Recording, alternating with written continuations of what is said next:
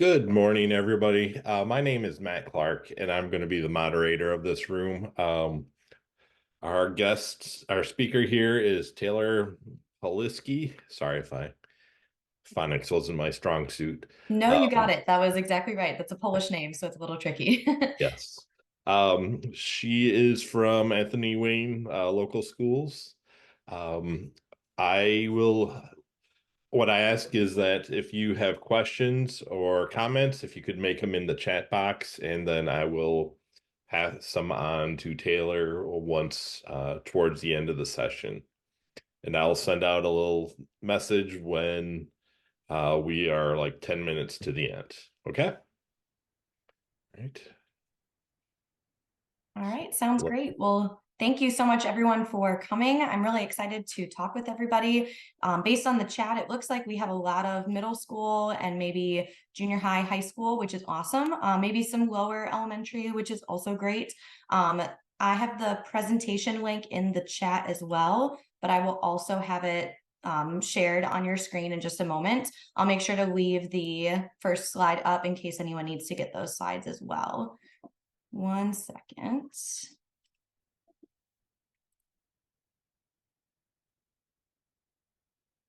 All right, so I have got these slides that you guys can follow along with on the screen in front of you, or if you'd like to have your own copy, you can make a copy of my slides as well. They are there for you guys to use. These are meant to be something you can also use in your classroom. This is all about using Flip, which is formerly known as Flipgrid, in your classroom. It is focused on reading motivation, but this can be applied to any subject area because obviously we read in every class and every subject.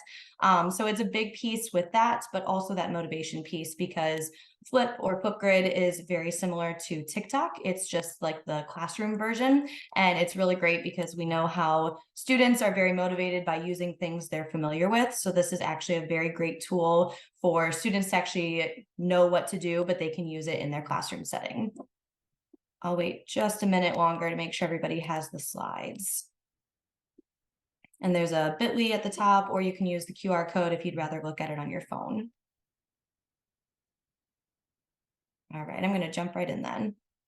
So as Matt mentioned, I am Taylor Pawliski. I currently teach 5th grade at Anthony Wayne at the Fall Timbers Middle School. I teach ELA and science. I also have done some adjunct professor classes for BGSU, and I just recently finished my doctorate at the University of Findlay. My focus was literacy and reading motivation, and I really enjoy using technology whenever I can. The biggest piece of that is that we need to know how to use it. So that is my goal for you with this presentation, is to be able to teach you how to use Flip in your classroom and to hopefully give you something you can walk away with to try on your own. This is kind of an overview of my slides, just so you know where we're going with it. I'll give a really brief introduction, and then I actually have step-by-step directions for you to set up Flipgrid.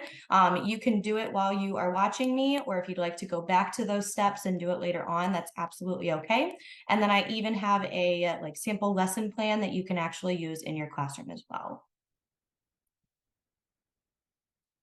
So we know that reading in middle school is very challenging. It is definitely something that continues to progressively get worse. We know that research shows us that there's a significant decrease in middle school reading, especially students' motivation to read out of school. This is a lot to do with the fact that students are no longer just learning how to read, they're also reading to learn the material that they need. So they're reading in science class, they're reading in social studies, they're reading in math, and a lot of times students who already have those reading difficulties, those develop and become worse, which then decreases their reading motivation. We also know that technology is so prevalent right now, but technology-based lessons can increase students' overall motivation, especially with reading. And then the other piece that's really important that I think oftentimes gets overlooked is that we need that teacher training. So it's great to say we're going to use technology, but unfortunately, if we don't know how to use it, it doesn't help. So that combination of high quality training, not just being told what to do, using that technology and that student collaboration piece, which is what Flipgrid does, can have a very positive impact on students' motivation and their motivation to read. So the basis of all of this is that student-centered learning works. Flipgrid is like TikTok, and that students want choice. So that collaboration, that student-centered, that student choice is all incorporated in Flipgrid, and that's the benefit of using it in your classroom. And this is directly from Flipgrid's website, and they have reported from their own research studies that 84% of the Flip educators say that their students were far more engaged after using the app or using the website. And that's the really great thing about Flipgrid is it can be used on Chromebooks, it can be used on iPads, cell phones, computers. There's a lot of different ways for your students to use this in the classroom. So this is the overview of how to set up Flipgrid. I'm going to go through each slide, but I promise to not read it directly because it does give you a pretty much step-by-step. I'm sure for most of us that we have like a Google School email. So this does work with Google Classroom very well. It syncs to that. It does also work with Schoology. I know there are some school districts that use that as well. You can also sign in, if you don't use the Google sign-in, you can sign in with Clever, you can sign in with Microsoft. It doesn't matter, whatever the way that your school uses this, that's my recommendation. So we use Google and our students use Google. So when we log in, like as a teacher, I sign in or I log in with Google. And so that school email is then used to create my platform. This creates a group. Then you can choose the classroom. You can look and you can select middle school. You can select high school, elementary. It lets you choose, which is awesome. And then I always title it with, the school year that we're in and my class last name. Then you can actually attach this to your Google Classroom. You can share the link directly to them. You can create it as a material, as an assignment. It can be a variety of things. You can use it for multiple different things as well. If you click on this blue link, it will actually go to Flipgrid. And so I'm going to pull that up for you guys to see right now. So I'm going to click on continue with Google. And this is my Anthony Wayne email. And this actually takes me to my current Flipgrid classroom. And so this is exactly how I have it set up here. They have a lot of different in-house trainings and professional development opportunities within Flipgrid. That's just one of these opportunities right here. But right here you can see I have 5 topics from this school year. And then you can have all of your students populated into it. For the sake of looking, so this would be from, we did December book groups, and I had my students as like one of the final projects, they were giving a book review, and then they were replying to 1 or 2 other students. So they all posted, and you can see here, they have pictures, like this one, she has like the cover of the book that she read. And then she goes on to explain what she read, why she liked it, and all of those directions you can put into Flipgrid or you can put into Google Classroom. So this is like one example of a format that I've used. It's really great because it's all in one place. Within this as well, and I will, let's see, I will show you. Nope. Trying to get it to move my. There we go. Okay, so back on my slides and everything, you can see the step-by-step how to actually, oops, there we go, create an assignment then. So that piece right there is example instructions that you can use. This would be something that you could actually copy and paste if you are someone who does different like summaries for articles, for any sort of like novel that you're reading. This would be the directions you can actually copy and paste into Flipgrid. This next one, my computer's on a delay. There we go. This is where you can actually change the topic settings. So you are in charge of anything that your students do. You can change the recording time. You can change the start date for when you actually want it to open. And then you can click on an end date so that when you actually go to do the like viewing the videos, you can do it so that students only have access to the videos, that they can't edit anymore. You can also do it where you are the moderator, so you can have like an approval where you look at the video before it's posted to the entire class.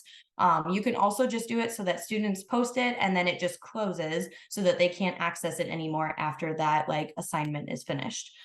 You can post the topic to Google Classroom, to Schoology. You can also post an example video, so you can do that and show students how to respond to other videos. And then again, you can put like the example in, and this would be some of that like lesson example that I talked about as well. So if I were to have my students do this, I would explain we're going to read the article, they're going to write a main idea sentence, give that short summary with the 3 points, 2 details to support their opinion, and then 1 opinion statement or claim. And then they record the video and respond to one classmate.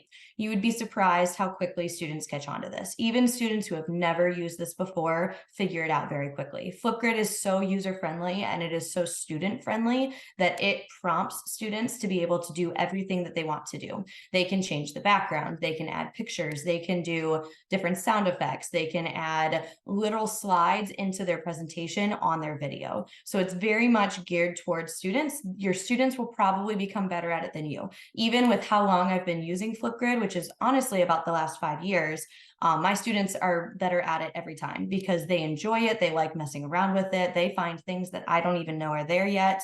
And that's even with my own like training and professional development that I continue to do for Flipgrid.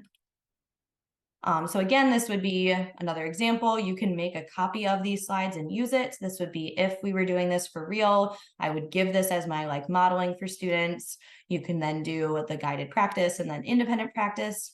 The other great thing, if you are an intervention specialist or you teach inclusion, you can add a co-teacher. So you don't have to create a separate class. Like, so I'm an inclusion teacher and my intervention specialist and I just share the same Flipgrid. So it's not that we have separate classrooms for Flipgrid, we just share them. So we can both edit things, we can both moderate student responses, we can both add or delete videos, we can both create assignments. So it's very cohesive and it's really great when you are in that inclusion setting because then you can see all of your students and then you are able to actually show things with like, you know, how do we respond to another student's video? So my co-teacher and I would demonstrate that, and it's a great way to model that for students too.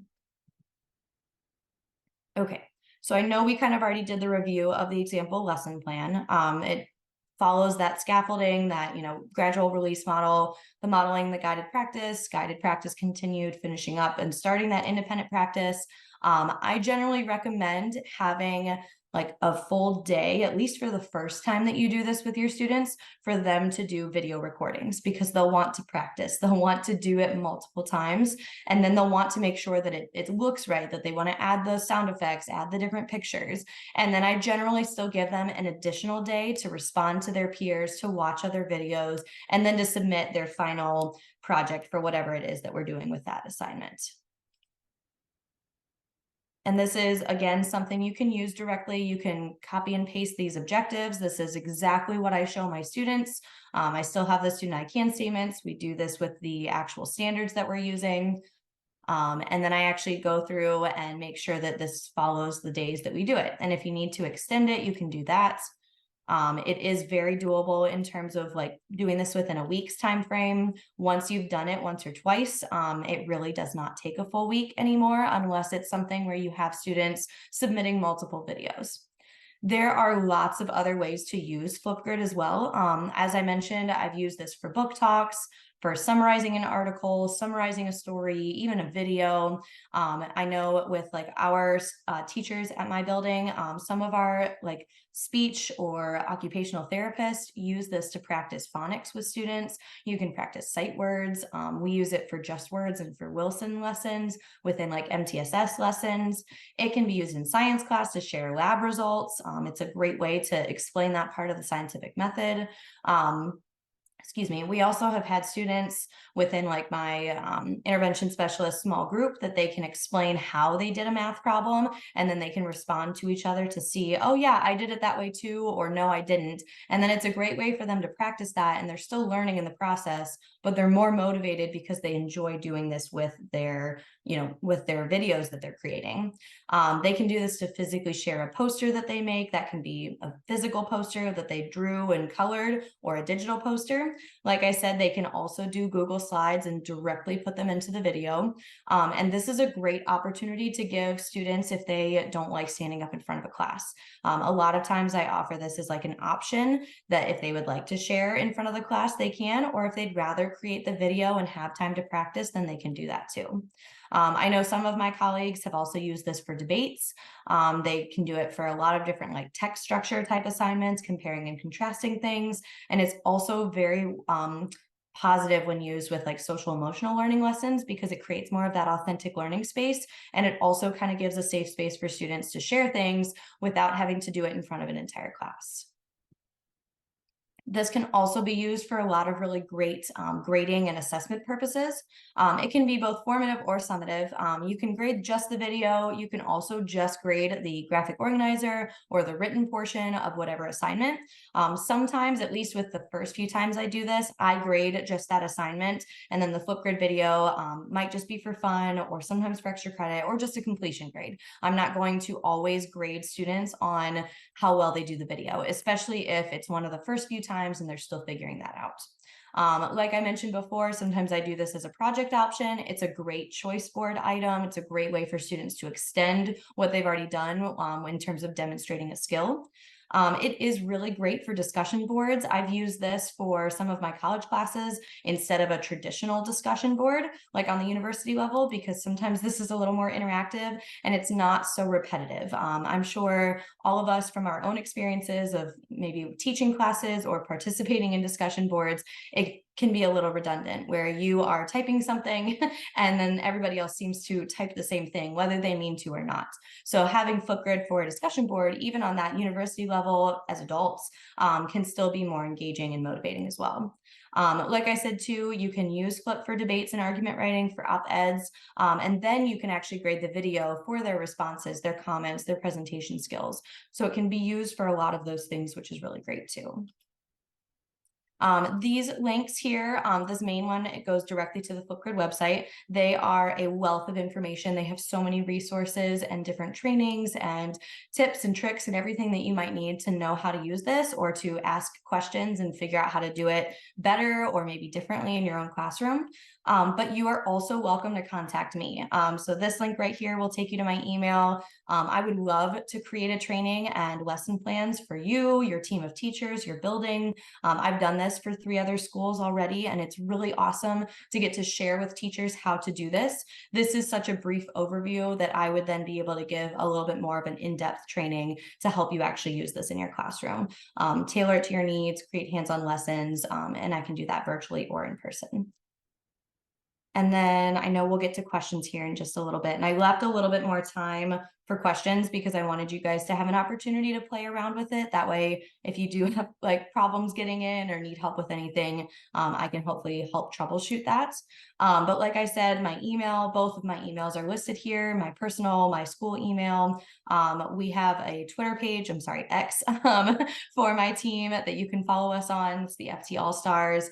My phone number, and then I am at Fallen Timbers Middle School. So that would be in White House, Ohio. So it's not very far from everything else. But I'm going to go ahead and stop sharing for now. I can always pull up the slides again, but I figured we can start to move on to some questions. I think there were some in the chat.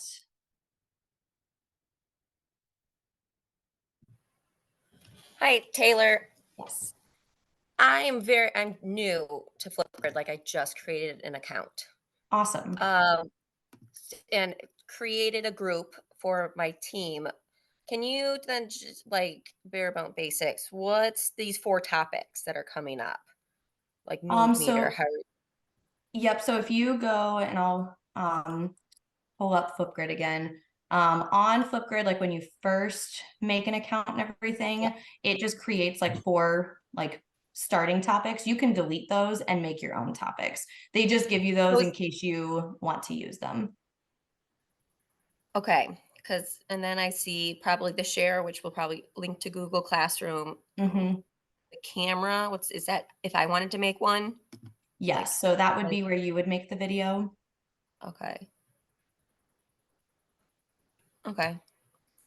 Guess I just need a crash course on how to work this. Yeah, and I mean, Any um troubleshooting if students are doing this? Do they need a quiet space, headphones?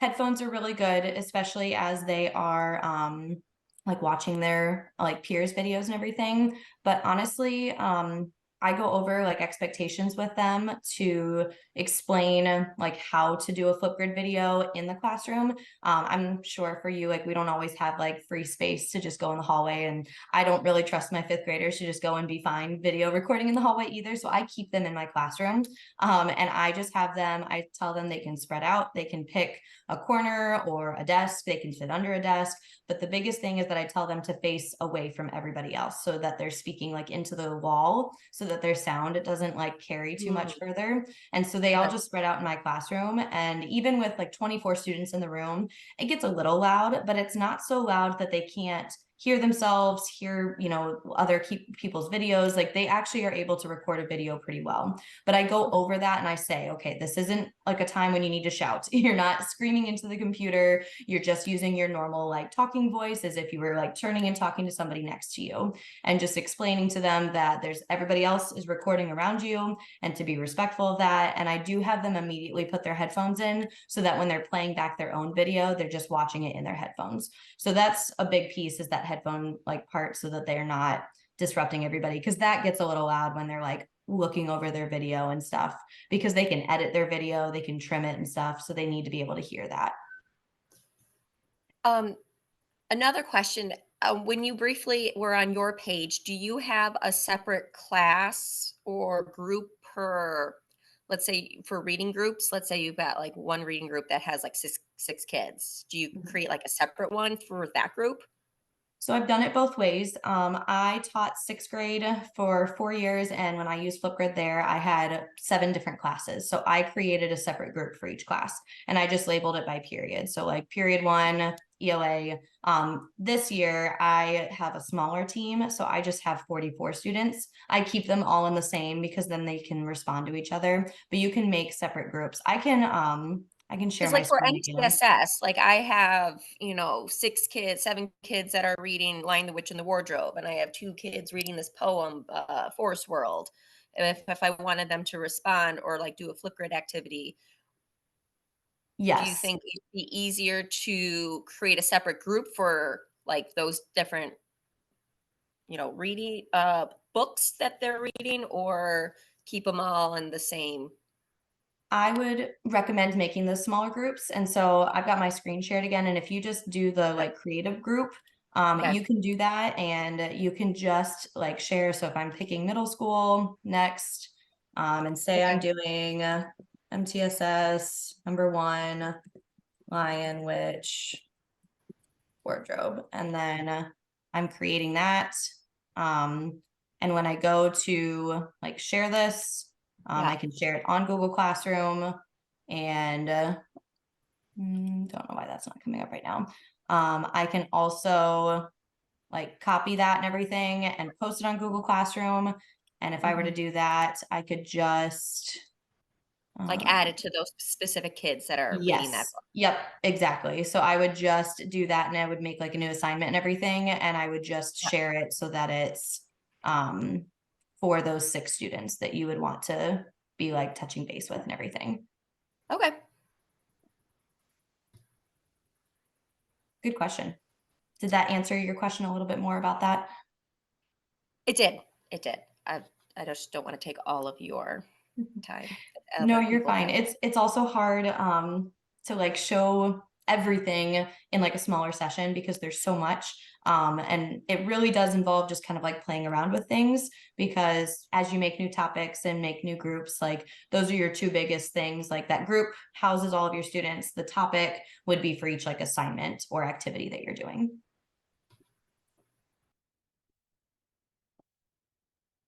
I saw There, Megan's question. So, are there any websites to support the research behind this that you recommend? I want to make sure I am intentional. Yes. So I have, I actually did my entire dissertation on this for my PhD. And all of those first few slides are different research articles that support this as well. But you can find more like in-depth, like, specific research that you can use to support this if you wanted to like show it to your colleagues or your principal. Anything on Flipgrid, they have like so much research that shows why this works. So it is very research based. It's very much connected to the, things that we know work and why. And you're welcome. Yes, I can share the slides again. So I will copy and paste. Do you want, Lexi, do you want me to like pull up the slides again, or you just want the link again? The link. Okay, awesome. 1 second.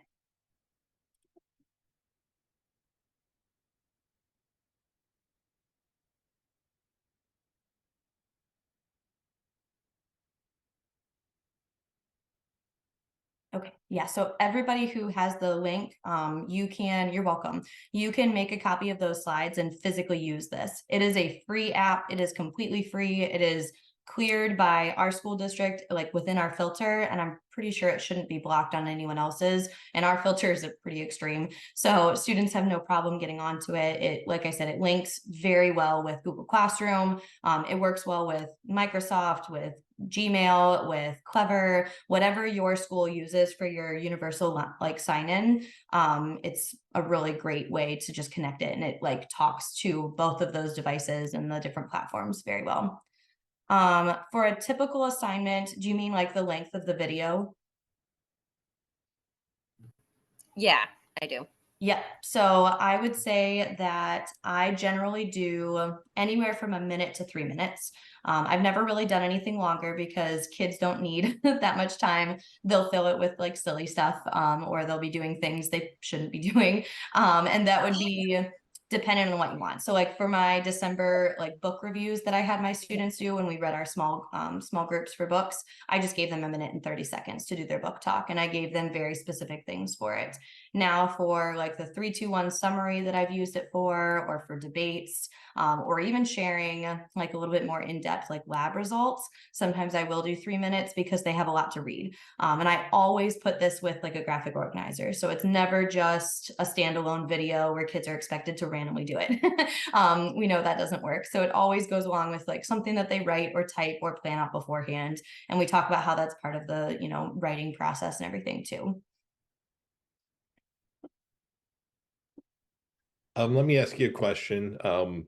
What are some pitfalls some first-time users should look for or look out for?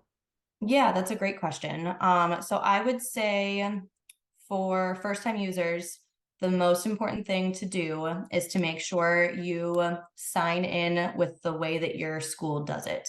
So if you sign in with Google, like your school uses Google for everything, make sure that your students sign in with Google and that you sign in with Google, because if they try to click on a different button, like I've had students click on sign in with Microsoft instead, and that's a nightmare, because for some reason then it like creates a different account for them, but they don't have a Microsoft email. So then when you go to have your student in your class, it shows them there, but they can't access it.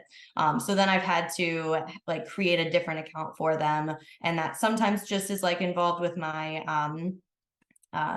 like our technology coordinator within my school district. And he's able to kind of like reset their browser history, and then they can just go back in and click on Google. But that would be like one of the most important things, because if you don't tell students not to click that button, it just creates a longer process for them to log in.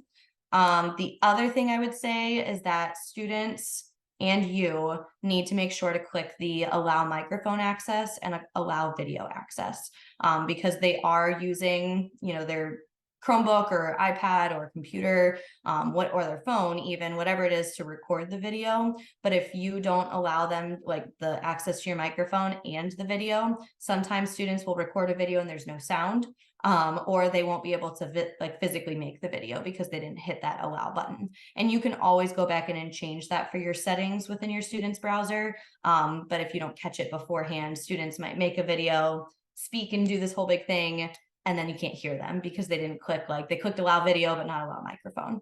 So I would say those are the two biggest that I have come into contact with. Another question is, what is the negative about using this? I would say the hard part is sometimes that students get too focused on the video, and they might mess around a little bit more and, take too much time picking like the background, picking the pictures, choosing the music, that then they lose the purpose of the assignment. So that's where you need to be proactive as the teacher and to front load it and explain to them that this is a very fun part of the assignment, but that everyone will see the video, that you see the video, and that you are still grading them for that assignment. And I always encourage them that they need to have fun, they need to enjoy it, but that we're not spending hours and hours and hours making this perfect video, because it's not actually TikTok. It's not actually going to make you Insta famous. Like, it's not those things that the kids like all want to be and everything, which is awesome, but it's not necessarily like, they don't think about that at first. But if you're very like clear and, you know, transparent with them in the beginning that this is a fun part of it, but the main focus is the assignment.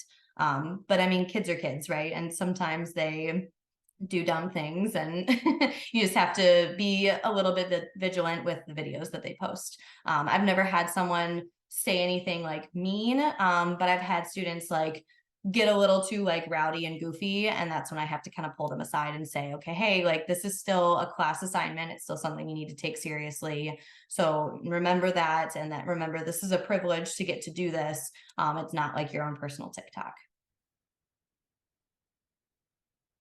Sorry to ask all these questions. Do you have you ever had any pushback from parents about using this? And if so, how did you handle that? That's a good question. I've had pushback from parents about the books we read.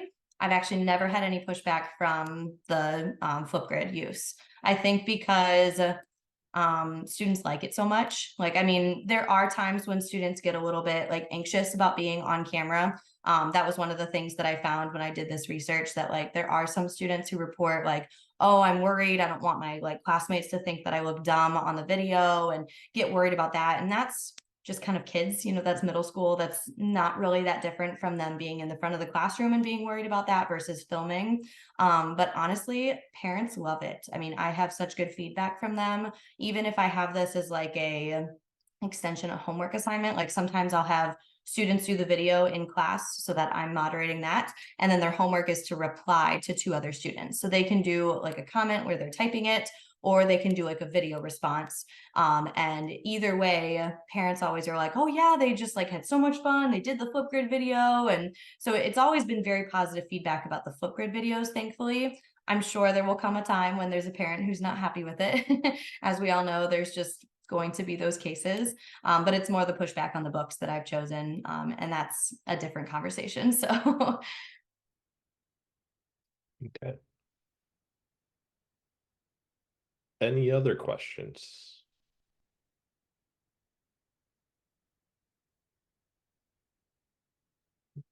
I know it's one that takes a lot of time to just kind of like figure out, like to go through, and you need to spend some time like looking on the website, kind of messing around with the videos and everything like that. So like, take your time. If you guys have the Flipgrid website open, like, it's a very cool, very user-friendly website. It walks you through everything when you're making the assignments.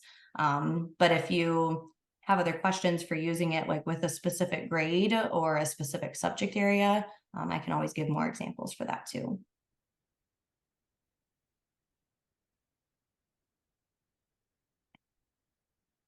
Yes, it does, because it's all controlled and moderated by you, and it does not leave, you know, your own Google Classroom. So that's a good question. It is covered because they have a very strict privacy use for it, and that's all on the Flipgrid page. So again, if you were to have parents or administrators questioning that, you could show them directly that no information is shared. They're not using any of the information to track data. All of the students, right?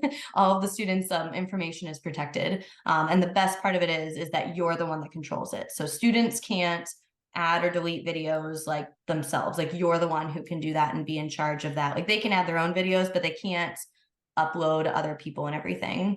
And the guidelines to give students, that's a big one. So when I do this with my students, again, with the first time, I always give them like sentence starters, kind of like the talk points for when they respond to students. I always say they have to say good job to your video, like if they're responding to a peer. And then I say if like it was a opinion essay, I would say, okay, you get to say if you agree or disagree, and then you have to tell me 2 reasons why, and it has to be from the text. And then you say thank you again, and then you log off. I give them a very specific, like, you know, guideline of everything.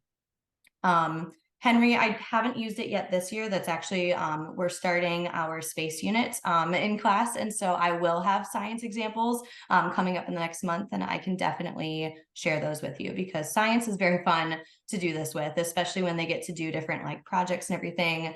Sometimes we do this when they're sharing, like they pick their favorite planet. And so that's coming up in the next couple of weeks where they choose what planet they would visit and why. And then they explain, you know, okay, it's because this is like this atmosphere and I think it would support life, or oh, I think it would be really cool to go and melt on Mars, you know, like whatever they might choose and stuff. So that's one example that I've used where they share their favorite planet. The other one that I've done with space is that they design their own planet, and that's one that they share on Flipgrid, and then they get to like comment back and forth for each other. The other one that I've used for Flipgrid with science, especially in 5th grade, is within like our ecosystem unit, and where they get to pick different animals and show how they're related in a food chain. So that's something that they share on there. And then I have other students come in and explain, okay, like when they're giving their comments, oh, I agree with you on that, but what happens if the rabbit eats the grasshopper instead? And then they like go back and forth. So it's kind of like a debate about ecosystems, but it is really fun to do that with the students. At least for 5th grade science, there's not as many lab results to share. In 6th grade science, when you start to get into more of like the chemicals and doing a lot more of the like physical and chemical changes, those are great to share and explain, okay, like we mix these two together and this is what we got. What did you guys get? And then you can do that in a video and students can respond that way. Awesome. Earth and Space is like probably one of the best units to use that for because there's so much they can talk about. You can also have them, you know, give their own opinion on if aliens are real, and there's a lot of cool things that you can share that way.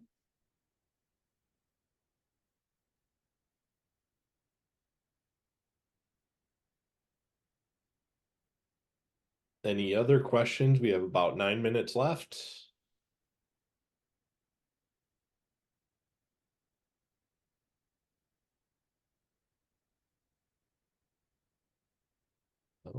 All right. I guess, do you have anything else to add, Taylor? No, I don't think so. I really appreciate everybody coming in and listening. I know it's a lot to kind of like digest, especially because it's still pretty new. It's only been, I think, out like publicly available for the last 9 years. So it's still a relatively new thing, especially in the education world. I love that there's so many other people who are like science and stuff. Like, I think it's really fun to get to do that. But if anyone does have other specific questions, or you go to like use this in your classroom and you get stuck, please don't hesitate to reach out. I would be happy to answer questions through email, over text, or meet up and help you kind of flesh out any ideas that you have. But thank you again to everyone for taking the time to come and see this today. I do have one quick question, because listening to this and seeing your examples, you know, I teach literacy in the college level. I teach method students, and I'm thinking I could use this in my classroom. Is this something that they have to sign in with like Google, or can they use like their BG sign in, or? They can use their BG sign-in for sure. I have used this with BGSU students as well. Henry was actually in my class, so Henry could maybe let you know about that too. It's very easy to sign in and they can do it that way. There is like a button in Canvas that you can link Flipgrid directly to your Canvas page. Sometimes that works. I would say just using the link is a little bit better. It's a little more fluid. If you post that link and just have it as part of your assignment, and then you can put a rubric in for Canvas and then just grade the videos. I think it's a great alternative to discussion boards. It can also be used for, like you said, for any methods, ideas for presenting stuff and different lessons and everything too. Awesome. All right. Thank you. Yeah, of course. I'm glad that other people are thinking of ideas to use it for. That's always fun. Thank you, everybody, again. I really appreciate it. All right. If you're leaving here, if you can log back into the main room that you were in this morning, I believe. Yep, you'll log back in. Perfect. So, thank you for your time. Yes, thank you. I appreciate you moderating, and thank you again to everybody who came in to listen. That's I was just moderating. I wasn't expecting to get a teaching idea. I'm glad. That makes me happy. I think that's, the best when you can walk away with something you can use. Absolutely.